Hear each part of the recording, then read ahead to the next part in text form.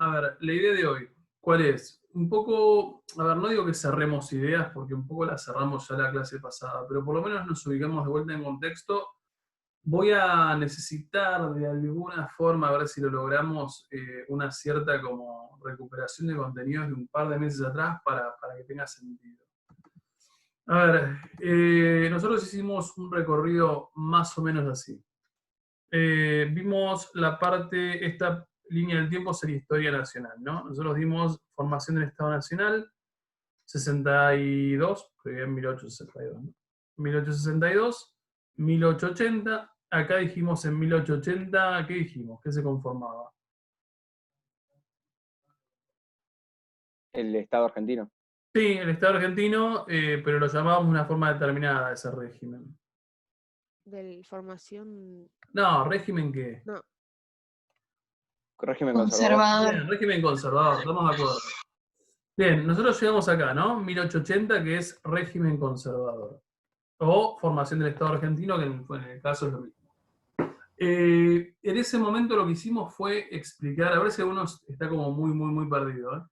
En ese momento lo que hicimos fue explicar que era, bueno, políticamente conservador, dijimos que era lo que era económicamente liberal, explicamos liberalismo, entendimos que el liberalismo hablaba de centros y de periferias, o de países como industriales y países agroexportadores, entendimos con esa lógica de visión internacional del trabajo, la lógica nada, básicamente de por qué Argentina se vuelve un modelo agroexportador en ese momento. Paso siguiente, vimos que en paralelo había todo a ver, a los países que uno denomina centrales tenían todo un movimiento como industrializador. Vimos esa segunda revolución industrial un poco por arriba, pero para que ustedes vieran de dónde provenía. Como consecuencia de esa revolución industrial vimos la crisis de sobreproducción, eso nos llevó a imperialismo. Imperialismo nos llevó a Primera Guerra Mundial a sus consecuencias, y Primera Guerra Mundial nos llevó a Revolución Rusa. ¿Estamos de acuerdo? ¿Todo el mundo? Bien. A ver, para que ustedes más o menos se den cuenta y que vean puntualmente hacia dónde vamos. 1884 más o menos era lo que nosotros definíamos como Conferencia de Berlín. Hasta 1914 hablábamos de paz armada. Hasta 1918 hablábamos de Primera Guerra Mundial. Por acá en el 17 hablábamos de Revolución Rusa. Por acá en el 19 marcábamos Tratado de Versalles. ¿Estamos de acuerdo? ¿Lo ubican? ¿Se ubican por lo menos en tema? Bien, ¿qué nos pasó entonces como consecuencia de nuestro recorrido histórico? Si pensamos historia argentina e historia mundial. tenemos como una parte de la historia mundial cortada y de la Argentina también. O sea, A ver, solo ¿qué que sería cortada? Perdón, dale. no sé, como que se complementan, o sea, complementamos los años, por así Ahí está, a decirlo. ver, en general complementamos los años. En realidad, repito, cuando uno ve 1880 y de repente se da cuenta de imperialismo y dominio, bla, bla, bla, y si uno piensa, por ejemplo, cuando hablábamos de imperialismo informal y decíamos esta idea de como no dominio político, pero sí económico, y entendés por qué Inglaterra nos invierte en ferrocarriles en Argentina, bla, bla, bla. A ver, es como un poco dar el contexto mundial para entender la parte nacional. Lo cierto es que nosotros avanzamos, a ver, podríamos decir 4 décadas, desde 1884, que es esa conferencia de Berlín que les marco acá, hasta lo que sería década del 20 por acá. Avanzamos 4 décadas solamente de historia europea, o de historia mundial, desatendiendo a propósito toda la parte argentina. Es decir, nosotros por acá, si lo pensamos en contexto de historia argentina, 1916 es el fin de lo que uno define como el régimen conservador y el inicio de Irigoyen. ¿Qué quiere decir? Lo que nosotros tenemos que hacer ahora, en tanto obviamente nuestra historia es muy dependiente, lamentablemente, a nivel político, cultural, pero sobre todo a nivel de procesos, es analizar el proceso argentino desde 1880 hasta 1916, que es esto que nosotros definimos como régimen conservador, para intentar comprender cómo ese régimen conservador se nos cae en 1916, cuál es la causa por la cual se nos cae, y mucho de lo que sucede acá, pero particularmente mucho de lo que va a suceder acá cuando veamos o empecemos con gobiernos radicales en Argentina, se encuentran como estrechamente relacionados con lo que sucede a nivel mundial. ¿Estamos? O sea, nunca podemos comprender lo que pasa acá en Argentina si previamente no lo contextualizamos. Yo por ahí puse 1916 muy acá, yo lo pondré un poquito más acá, de hecho.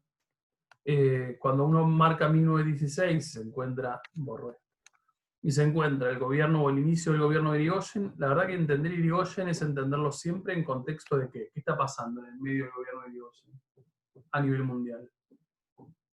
Una guerra. Una guerra, La Primera estamos en Guerra. la guerra, de hecho. Entonces, ¿a qué voy? Para comprender la lógica de este gobierno radical, uno tiene que poder contextualizarlo a nivel mundial y entender que no es lo mismo gobernar en Argentina en 1922, cuando la guerra terminó, que gobernar como le tocó a Irigoyen en 1916, cuando estás exactamente en el medio de la Primera Guerra. ¿Estamos de acuerdo? Porque, a ver, básicamente, en un país de las características de la Argentina, sumamente dependiente en un montón de facetas, obviamente que tus países, que los países del norte estén como sumergidos en un conflicto de esas características, lógicamente a vos te tiene que impactar en algo. Entonces, siguiendo este modelito, y dado que nosotros avanzamos hasta la década del 20 en historia mundial, lo que tenemos que hacer es volver atrás y decir, bueno, a ver, muchachos, en la Argentina, ese fines del siglo XIX y principios del XX, ¿qué características particulares tuvo? Lo último que nosotros recuperamos, repito, es este 1880, que un poco lo decía Valentín, se formó ya el Estado Nacional, y nosotros le adjudicamos el nombre de régimen conservador. Hasta acá estamos todos muy colgados lo que dije, o decís, ah, es verdad, sí, tiene sentido lo que dijo. ¿Alguien no entendió? Bien, pregunta, régimen conservador, curiosidad, ¿qué dijimos sobre el régimen conservador? Así podemos avanzar. ¿Qué es el régimen conservador? Nosotros decíamos un régimen políticamente conservador, decíamos un régimen económicamente liberal, hablábamos del PAN, hablamos de Roca. Vamos, ¿quién agarra la toalla de esto y dice, bueno, sí, el régimen conservador y va para adelante? Me acabo, mientras piensan, esperen que les voy a mandar a Lucho. Me olvido de mandarle. Pobre Lucho. Me olvido de mandarle como los datos para que se conecte. Vamos, ¿quién puede agarrar los guantes de régimen conservador?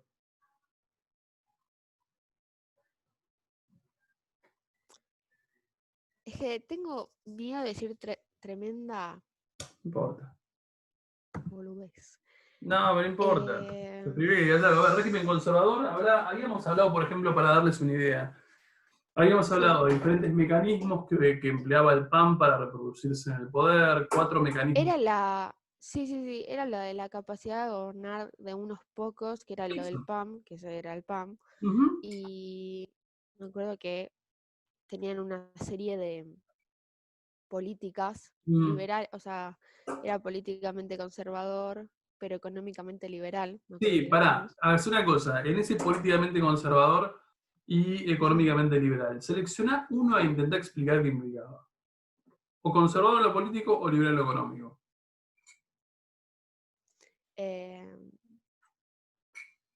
Prefiero liberal en lo económico, o sea, sí. Yo.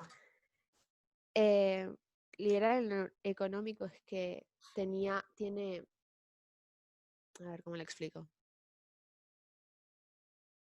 Tiene el Estado no sé si interviene tanto como lo que intervendría un Estado benefactor, y pone ciertas medidas que solo van a favorecer a cierto grupo dentro de la sociedad, o busca de una manera que los que regulen la economía o que sí se hagan cargo de lo que sería lo económico sea ese cierto grupo, en vez de intervenir el Estado en sí y regularlo. Estamos de acuerdo, sería un Estado que no interviene en la regulación económica del mercado y bla, bla, bla. Si yo te dijera a vos o a cualquiera, si yo les digo División Internacional del Trabajo, ¿qué estoy diciendo? Que era un principio fundamental de Adam Smith. Era como que en una fábrica, ponele, en vez de que cada uno haga el mismo trabajo, Sí, como que se dividía por lo que cada uno podía hacer mejor. Algo no me así era. acuerdo. Y si lo pensabas a nivel mundial, ¿qué implica? Que Porque cada en la provincia país, hacía. Cada país, alguien dijo que cada. cada país se tenía, que cada país se tenía que, como que, no sé si adaptar es la palabra, pero que como que agarrarse a hacer las actividades que su país, tipo que las tierras de su país le proporcionan que pueden hacer. No me O acuerdo. sea, que depende de lo que tiene el país, depende de lo que el país sea mejor, que produzca lo que beneficia a un país, lo que puede hacer y que no haga actividades que, por ejemplo, no tienen mucho que ver con lo que el país conforma. Estamos de acuerdo. Y cada país Si traducís lo que vos estás diciendo, Violeta, la Argentina del régimen conservador, ¿se traduce en qué tipo de modelo económico?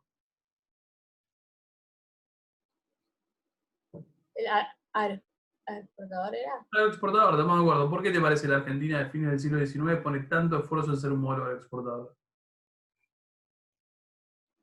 por la agricultura y la ganadería. ¿Tenés territorios y ambiente ideal para eso? Sí, Sí, ¿estamos todos de acuerdo? creo. Entonces, si el régimen conservador era económicamente liberal, quería hacer todo lo que están diciendo las chicas para llegar finalmente a lo que dice Violeta, que es si vos tenés ambiente y geografía disponible para, entonces dedicate al modelo exportador que es lo tuyo, básicamente. ¿Todos de acuerdo? Muy extraño suena lo que dice Violeta y lo que dice el resto de las chicas. Espero que no suene muy extraño. Bien, Lo entonces. venimos viendo en geografía hace unos cuantos meses. Bien, entonces quiere decir que no debería ser un problema. Ahora, nos vamos a lo que seguro no vieron en geografía hace 2 meses. Nosotros dijimos que era conservador en lo político. Vamos, el resto. ¿Qué implicaba ser conservador en lo político y a través de qué mecanismos lo hacían? Había una democracia restringida, digamos, y había unos pocos que gobernaban Sí. y se mantenían en el poder mediante, bueno, el fraude electoral, el control sobre las mesas electorales, tenían Sí. control también sobre el Senado y sobre, bueno, la Cámara de Diputados, y tenían, bueno, la represión como parte también Como del forma de pensamiento acción. conservador. Claro, una forma de acción. Estamos de acuerdo. ¿Qué significaba, perdón, por las dudas que me haya perdido, Valentín, qué significaba democracia restringida? Digamos, había un mínimo de gente o de la población que podía o que estaba participando políticamente, Sí. que digamos de la oposición, ¿no? Que no sean del PAN, y a través de estos controles iban sucediéndose presidencialmente. Bien, estamos de acuerdo. Pregunta, 4 mecanismos que empleaba el Partido Autonomista Nacional para hacer a esa democracia restringida. ¿Cómo se mantenían los mismos? Primer mecanismo, el más fácil de todos. El control Mediante sobre el, la sucesión presidencial. Fraude, Fraude, el más fácil, igual el que dijo Victoria también es, digo, pero el más fácil es el fraude. ¿Qué es el fraude electoral? En que ese los que momento están de en tipo. Si seguís si querés, ¿eh? No, No, no, bueno, sí. que los que estaban en el poder en ese momento hacían acuerdos políticos y controlaban todo para quedarse en el poder, pero era todo tipo, entre comillas, como una mentira, como que hacían todo a base de trampa, no era algo, ¿cómo se llama esto? Limpio. No era algo tan democrático, tipo, no Sí, era algo justo, no y era- ellos hacían acuerdos políticos con otra gente que esté en el poder para poder quedarse en su mandato. Estamos de acuerdo. Estaban ellos. A ver, ¿qué era democrático? Era democrático, obviamente es una democracia muy diferente a la que conocemos nosotros, aunque convengamos que nuestra democracia tampoco es la más limpia del mundo, ¿no? Digo, pero bueno, a ver, esto era como un poco más explícito. Yo creo que les había explicado, no sé, por ejemplo, estamos hablando de tipos de democracias plenamente violentas, o sea, se matan a patadas y muere gente en las mesas electorales. Entonces, en realidad es un poquito más turbio todavía el tipo de fraude. A ver, había fraude electoral, después había una que era intervención federal. ¿Qué era la intervención federal? El Estado tenía, digamos, el poder de intervenir en un levantamiento, pero antes tenía que pasar por el Congreso. En teoría. Sí, es verdad, digo, pero ¿qué hacía? No sé si tenía que intervenir con conflictos. ¿Dónde podía intervenir? Que es algo que en realidad es poco constitucional. Es constitucional, pero tiene que hacerse en momentos como extraordinarios. Como También el cuando, poder ejecutivo. ¿Hacia dónde podía intervenir el Poder Ejecutivo? cuando una provincia como que dudaba de su lealtad, por así decirlo, al régimen conservador o se estaba tirando más para otro lado, Sí, era como que no lo convencían de que no a la fuerza. ahí está, estamos de acuerdo. O sea, la intervención sobre las provincias en realidad es algo que existe hoy en día, pero en realidad dijimos en ese momento se hacía por cuestiones como de lealtad política. O sea, básicamente, si eras un gobernador que no sé, no acordaba mucho con el Partido Autonomista Nacional, eventualmente podía ser removido. La intervención federal venía de la mano con el control sobre el Senado. ¿Qué era el control sobre el Senado? Había mayoría siempre en el Senado por parte del PAN, y además reutilizaban los gobernadores y a los senadores en diputados y bueno, en la Cámara. Es como sí, una rotación de cargos. Es cíclico, es algo cíclico. Tengo una pregunta, Valentín. ¿Por qué te parece que era fundamental el control del Senado desde el punto de vista de como la gobernabilidad? Para que las leyes que ellos propusieran siempre salgan, digamos, aprobadas, porque como tenía mayoría en las dos cámaras, No me acuerdo. las aprobaban. Sí, no me acuerdo, era como más rápido, ¿no? Un trámite un poco más sencillo y más concreto. Estamos todos de acuerdo. Y lo último que creo lo que dijo Vicky, control sobre sucesión presidencial. ¿Qué implicaba, Victoria, vos que lo dijiste? Creo que habías dicho eso. Sí, que por ejemplo vos nos habías dado el ejemplo de Roca y Juárez, que Juárez era el cuñado de él, y que desde el partido se decía quién va a ser el próximo, Bien. sabiendo que puedes tener un control sobre esa persona. Exacto, es medio que como que apuntabas, te ibas del cargo porque te tocaba irte, pero apuntabas concretamente es como que vos seleccionabas a tu sucesor. Entonces en realidad había como poco juego democrático serio, y en realidad el tipo que se iba te decía quién quería que siga, y un poco eso reproducía siempre a tipos muy cercanos entre sí en el poder. ¿Estamos de acuerdo? Esto que repartimos y repasamos, más que repartimos entre todos, ¿más o menos lo tienen? Repito, el espacio muy alejado, o fue decir, bueno, sí, es verdad, lo vimos. Y un poquito alejado. Un poquito alejado, sí, ya era segundo medio, pero ¿lo tenés una vez que lo recuperamos o no? Sí, sí, Una pregunta, un poco. Tan Pérsico. En tu caso particular, ¿esto lo tenías? Porque no sé cómo lo das el 100 en mi cuarto. No, sí, sí. Bien. Era bastante parecido. O sea, ustedes lo vieron en más profundidad, digamos, pero lo vimos. Pero por curiosidad, digo, a ver si te descolocamos. Bien, a ver, entonces, si todos más o menos tenemos esto en cuenta, entonces volvemos a esto y nosotros dijimos, estamos acá parados, ¿estamos de acuerdo? O sea, 1880, 1916, régimen conservador. A ver, ¿qué es lo que me importa que ustedes vean de régimen conservador para poder avanzar? Repito, 1880, 1916. A ver, nosotros creo, y ahí volvemos a repasar algo que me interesa puntualmente ahora. A ver, el régimen conservador, y esto ya sería como lo nuevo para que uno vaya entendiéndolo, el régimen conservador tiene una particularidad que no es menor, y es que son 36 años en el poder. ¿Mucho o poco desde su perspectiva? Muchísimo. Mucho. Estamos demasiado si lo ponemos a ver, si lo ponemos en contexto, ¿no? Digo, demasiado con un mismo partido político. A ver, para cualquiera debería ser sano que los partidos políticos se alternen, ¿no? En el momento de gobernar. Digo, me parece que está bueno y es sano para una república. Ni hablar si a eso le ponemos que de repente hay mucho padre-hijo, Luis Sáenz Peña, Roque Sáenz Peña, hay mucha repetición, Roca. Entonces, en realidad te das cuenta de esos 36 años, hay mucha continuidad en serio.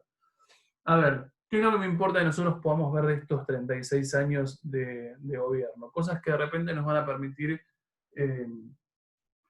abordar como lo que nos viene. El régimen conservador enfrenta diferentes cuestiones que uno define como de suma importancia y que tuvo que hacer algo al respecto.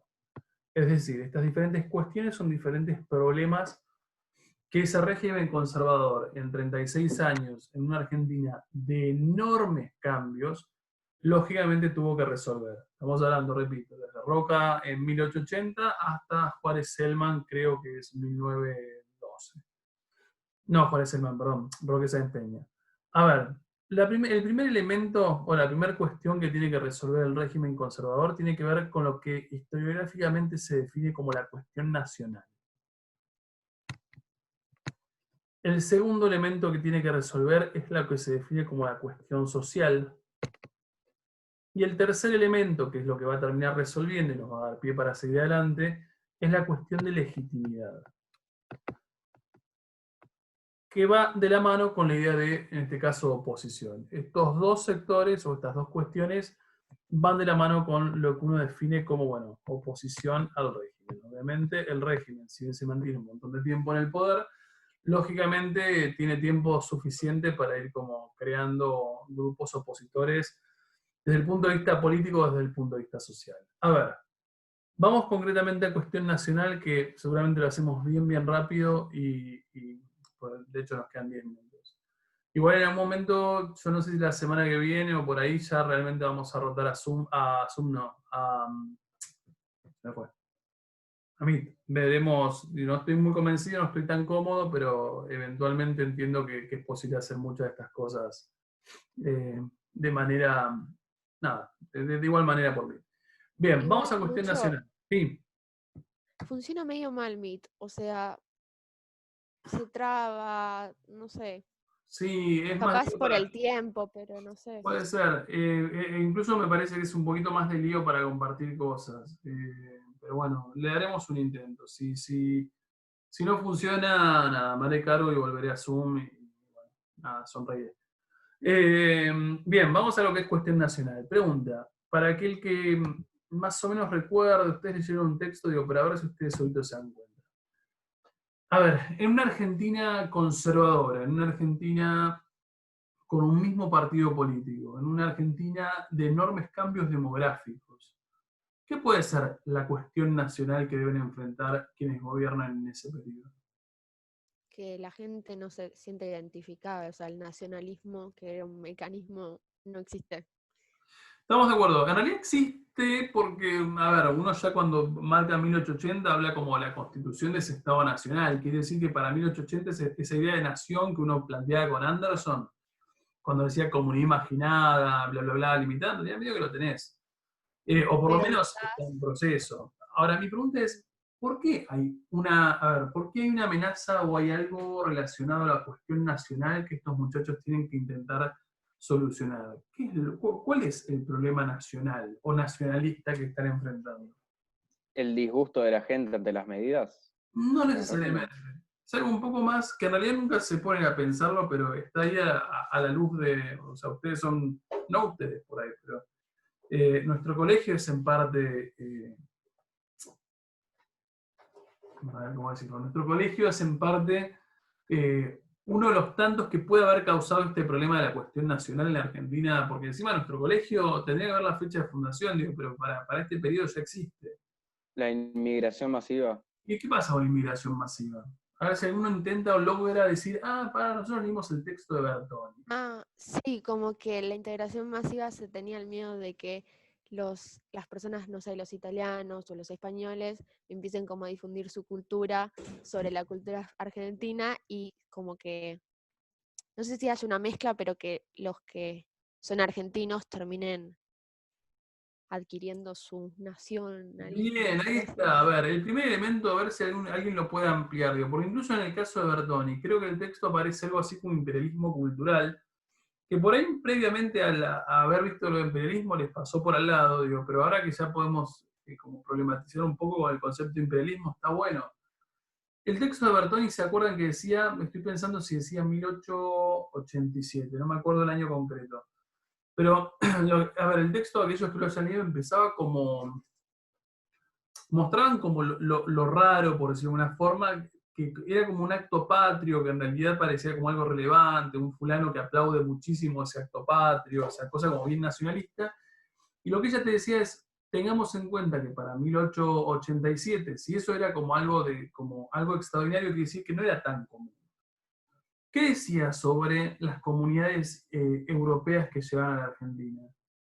O sea, uno la celebra, porque obviamente todos nosotros somos, si no todos, gran parte de nosotros somos herederos de esas comunidades que han llegado. Ahora, llegan, vos los celebrás, vos los buscaste porque eventualmente los necesitabas para el modelo exportador. Ahora, estos tipos que llegan a la Argentina, ¿por qué potencialmente se vuelven un problema para la cuestión nacional? Tenían otras tradiciones. Bien, venían con otras tradiciones. Otra cultura. Exactamente, venían con otras tradiciones. A ver, y si venían con otras tradiciones, por ejemplo, lo que decía Bertoni es lo que no había, que de hecho es verdad que no había en ese momento, es, por ejemplo, mucha participación de estas comunidades, que son un montón, sobre todo lo que es provincia de Buenos Aires y Cava. No tenés participación de estas comunidades en acontecimientos históricos o en celebración de acontecimientos históricos locales. Porque en realidad el tipo que venía como comunidad italiana se mantenía como comunidad italiana y se mantenía como firmemente italiano frente al argentino. ¿Se entiende? Entonces, ¿qué es lo que vos tenés en Argentina de fines del siglo XIX? Una multiplicidad de comunidades con sus propios como valores. De hecho, por ejemplo, originalmente, esto me lo contaba Guille hace un tiempo atrás, originalmente el colegio alemán, obviamente era el colegio alemán, y no aplica nada más a nuestro colegio, aplica a todos los colegios alemanes, vos tenías, obviamente, todos hijos de alemanes en serio, todos hijos de esos alemanes que han venido y que de repente han llegado a Quilmes, y de repente tenías historia alemana, estamos como materias, porque en realidad se los educaba de acuerdo como, no digo al currículum o al contenido curricular alemán, digo, pero se los educaba en ser alemanes. Ahora, eso es un re problema si pensás en un Estado nacional argentino. ¿Por qué es un re problema? Porque le están inculcando una tradición que no es de Argentina, digamos. Tal cual. O sea, los estás educando en ser alemanes, cuando en realidad, en tanto escuelas que están en Argentina, los tenés que educar en ser argentinos. Entonces, ¿qué es lo que importa en esta cuestión alemana? En esta cuestión nacional. El régimen conservador, en función de este problema que se le abre y que nosotros definimos como cuestión nacional, lo que empieza a hacer es intentar como, de alguna manera y muy de a poquito, ir rompiendo las tradiciones de estos muchachos como europeos. ¿Cómo haces? Por ejemplo, no sé, tenés ley 1420. En la década de 1880, la ley 1420 es lo que hace es, por ejemplo, crear a la escuela primaria como una escuela obligatoria para todos los niños de determinada franja etaria. Por ejemplo, en la década del 80 y después un poco más adelante en la del 90, se prohíbe todo diseño curricular extra argentino. Quiere decir que estás obligado a enseñarles historia argentina. ¿Qué estás queriendo hacer con eso de a poquito? Como inculcarles el sentimiento de nacionalismo. Bien. De a poquito, desde chicos. Exactamente, que aprendan de a poquito lo que es historia argentina y que dejen de aprender historia alemana, porque eventualmente estos pibes, muchos, son nacidos en Argentina, entonces son argentinos más allá de lo que diga Alemania. O más allá de lo que la comunidad alemana, italiana, española quiera sobre sus hijos. Lo cierto es que si nacieron desde en territorio argentino, se considera obviamente que son argentinos. A ver, a esto había que meterle el texto de Bertoni, lo que te ampliaba, te decía, bueno, no sé, la construcción como de estatuas, de museos nacionales, la puesta de nombres en las calles que hacían referencia a lo que nosotros conocemos hoy, ¿no? Belgrano, creo que no debe haber tantas calles en el mundo con el nombre de Belgrano o Rivadavia, o San Martín, porque encima hay por todos lados, en todas las ciudades de Argentina. Entonces, de a poquito la idea es nacionalizar, a ver, volver esa diversidad nacional, esa diversidad de naciones en la Argentina del fin del siglo XIX, de a poco se tiene que volver homogénea. Es decir, tenés que ser menos italiano, menos alemán, menos español, menos inglés o lo que sea, y volverte progresivamente más argentino. Estamos de la mano de eso. Para mí es un mito, nunca lo busqué la verdad, pero de la mano de eso tiene que ver con, hay algunos autores que hablan sobre la creación del guardapolvo. para nosotros muy, muy alejado y muy, muy diferente, obviamente, al colegio nuestro, ¿no? Digo, pero si uno se pone a pensar la creación del guardapolvo, ¿cuál sería la función, si uno lo piensa desde el punto de vista nacionalista? Igualar a todos. Igualar a todos. ¿Por qué igualar a todos? Porque por fuera de la ropa que tengas abajo tenés el guardapolvo encima y es Estamos de lo acuerdo. mismo. Bien, igualarlos desde el punto de vista nacional, pero igualarlos también desde el punto de vista como social. Si sos un tipo muy humilde, nada, eventualmente no importa lo que vos tengas debajo del guardapolvo y si el tipo al lado tuyo es un tipo de clase alta. Siempre pensando que la escuela pública de ese momento es otro tipo de escuela a la que nosotros conocemos, ¿no? Digo, la escuela pública de fines del siglo XIX es sumamente prestigiosa. De hecho, nosotros vivimos en un 2020 donde sabemos que lo prestigioso lamentablemente es lo privado, pero si nos vamos, no sé, 50, 60 años atrás, por ahí se escuchan algunos de sus abuelos, lo prestigioso estaba en lo público, no en lo privado. De hecho, se consideraba que lo privado era simplemente para aquellos a los que tenían como dificultades de aprendizaje, se iban a lo privado porque era un poco más tranca. Hoy, 50, 60, 70 años después de eso, sabemos que lo privado hoy es un poco más relevante que lo público, dejando obviamente un grupo bastante amplio de la población argentina en un tipo de educación bastante cuestionable, pero bueno, va por otro lado. Bien, ¿se entiende entonces qué es la idea de cuestión nacional? Me parecía por lo menos interesante nombrarlo. Tengan en cuenta que este régimen conservador tuvo que hacer algo en función de seguir manteniendo esa nacionalidad argentina arriba de todo y eventualmente no sentirse como... no sentirse amenazado por la cantidad de otras nacionalidades que han venido a la Argentina como consecuencia de esa inmigración. Más allá de eso, lo que más me interesa es cuestión social y cuestión de legitimidad, pero obviamente nos quedan 2 minutos, 1 minuto y no vamos a llegar. Mañana lo vemos. Estamos, no sé si les dije, pero por las dudas que no lo dijera. A partir de ahora saben que son todas las semanas las mismas 2 horas, ¿no? ¿O alguien les dijo? Bien, está, nada más. Bien, seguimos con la cuestión social para mañana. Nos vemos mañana a las 8 y seguimos de largo. Si tienen alguna duda del TP, la solucionan mañana porque después ya no hay momento de Zoom. ¿Estamos? Dale, nos vemos, Lucho. Dale. Adiós.